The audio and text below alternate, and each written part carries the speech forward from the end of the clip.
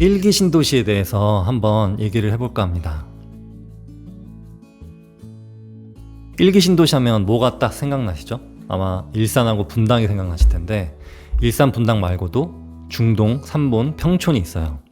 근데 우리가 일산하고 분당을 자주 거론하는 이유는 일단 그 도시 자체의 규모가 크기 때문입니다. 그리고 또 1기 신도시로서의 어떤 상징성이 상당히 큰 이유도 있어요. 당시 서울집을 팔고 일산으로 가신 분들도 많고, 강남집을 팔고 분당으로 가신 분들도 많습니다. 그만큼 분당의 중앙공원, 일산 호수공원 이런 게 막 생기면서 이제 새로운 부초는 일산과 분당이다 라는 인식이 그 당시 있었어요.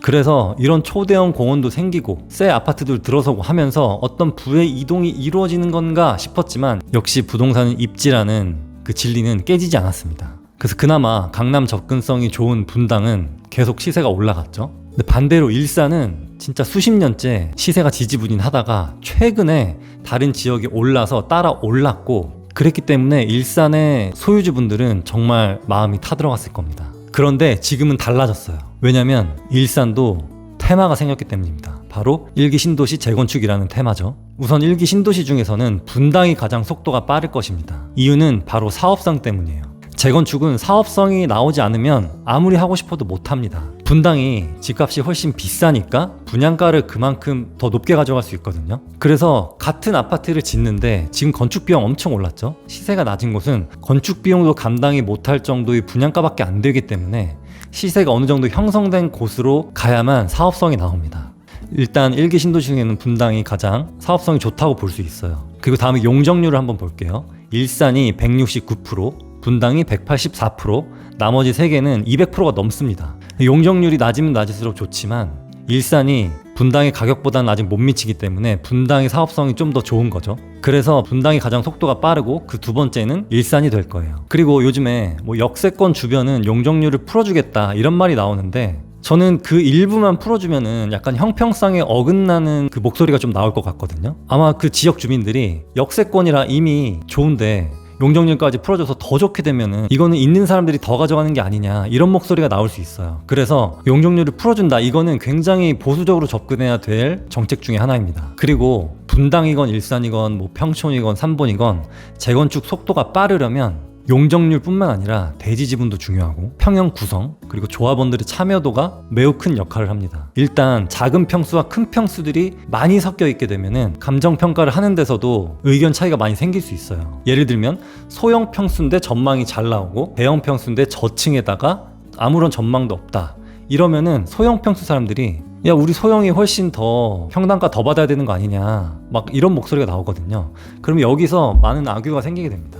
그렇기 때문에 평형 구성이 단조로울수록 더 유리하고 진행 속도가 빠를 가능성이 높아요. 그 다음에 재건축의 첫 번째 단계는 안전진단인데, 아마도 안전진단이라는 어떤 큰 벽이 이제는 큰 벽이 아닐 것 같습니다. 진짜 더 큰 문제는 사업성이 될 것인가 말 것인가와 그 조합 내에서의 각종 소송이라든지 어떤 의견 다툼, 이런 게 가장 큰 걸림돌이 될 것 같아요. 예를 들면은 누구는 리모델링으로 가자, 빨리빨리 속도를 내서 돈도 훨씬 적게 들고 재건축의 효과를 비슷하게 낼 수 있는 리모델링으로 가자 라는 리모델링 파가 생길 거고, 또는 야, 우리가 이렇게 기다렸는데 리모델링이 뭐냐, 바로 재건축으로 가자 라는 재건축파가 생길 겁니다. 또 어떤 경우가 있냐면 이 사람이 조합장이 돼야 된다, 아니면 이 사람이 조합장이 돼야 된다, 이런 조합끼리도 세력 다툼이 있을 거고, 여기서 또 소송이 많이 발생하게 되면서 시간이 지연되게 됩니다.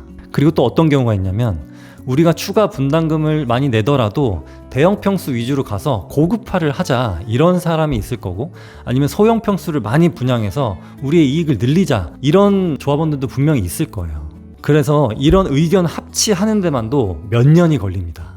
그래서 이것들이 사업을 진행하는 데 있어서, 재건축을 진행하는 데 있어서 강력한 변수로 작용할 여지가 커요. 그러면은 이것들이 뭐 다 통과하고 언제쯤 받을 수 있을까, 언제쯤 새 아파트를 입주할 수 있을까 라고 한번 생각해 본다면, 아무리 빨라야 저는 15년 뒤라고 봅니다. 그러면 아마 이렇게 생각하실 거야. 야, 15년 뒤면은 나는 이미 늙어버릴 텐데 너무 늦은 거 아니냐, 이런 말씀 하실 수 있을 텐데, 모든 재건축이 다 그렇습니다. 재개발도 다 그래요. 시간이 꽤나 오래 걸리고, 그런데 신기한 게 시간은 은근히 빨리 갑니다. 그리고 그 재건축 단계가 조합 설립이 되고 인가를 받고, 그리고 한 단계 한 단계 통과할수록 시세는 조금씩 올라가게 돼 있어요. 아니면은 생각보다 더 많이 올라갈 가능성도 있습니다. 제가 늘 말씀드리는데 부동산으로 돈을 버시려면 좋은 입지의 물건을 오랫동안 가져가는 것이라고 말씀드렸잖아요. 그렇듯이 분당이 재개발돼서 정말 새 아파트로 다 들어선다고 한번 생각해 보세요. 그럼 얼마나 그 멋진 도시가 될까요? 그러면은 지금 과천이 분당보다 훨씬 더 비싼데 과연 과천 시세를 넘지 못할까요? 이것도 한번 생각해 보셨으면 좋겠습니다. 그래서 자금 여력이 되시면 분당으로 가시고 좀 자금 여력이 부족하시다 하면 일산으로 가셨으면 좋겠어요. 일산도 분당이 재건축하는 것을 보면서 일산도 그 스텝을 그대로 밟아갈 거거든요. 그리고 일산 주민들도 가만히 있지 않을 겁니다. 이렇게 몇십 년간 참아왔는데 과연 그분들이 가만히 있을까요? 아닙니다. 분당이 움직이면 일산도 바로바로 반응할 거예요.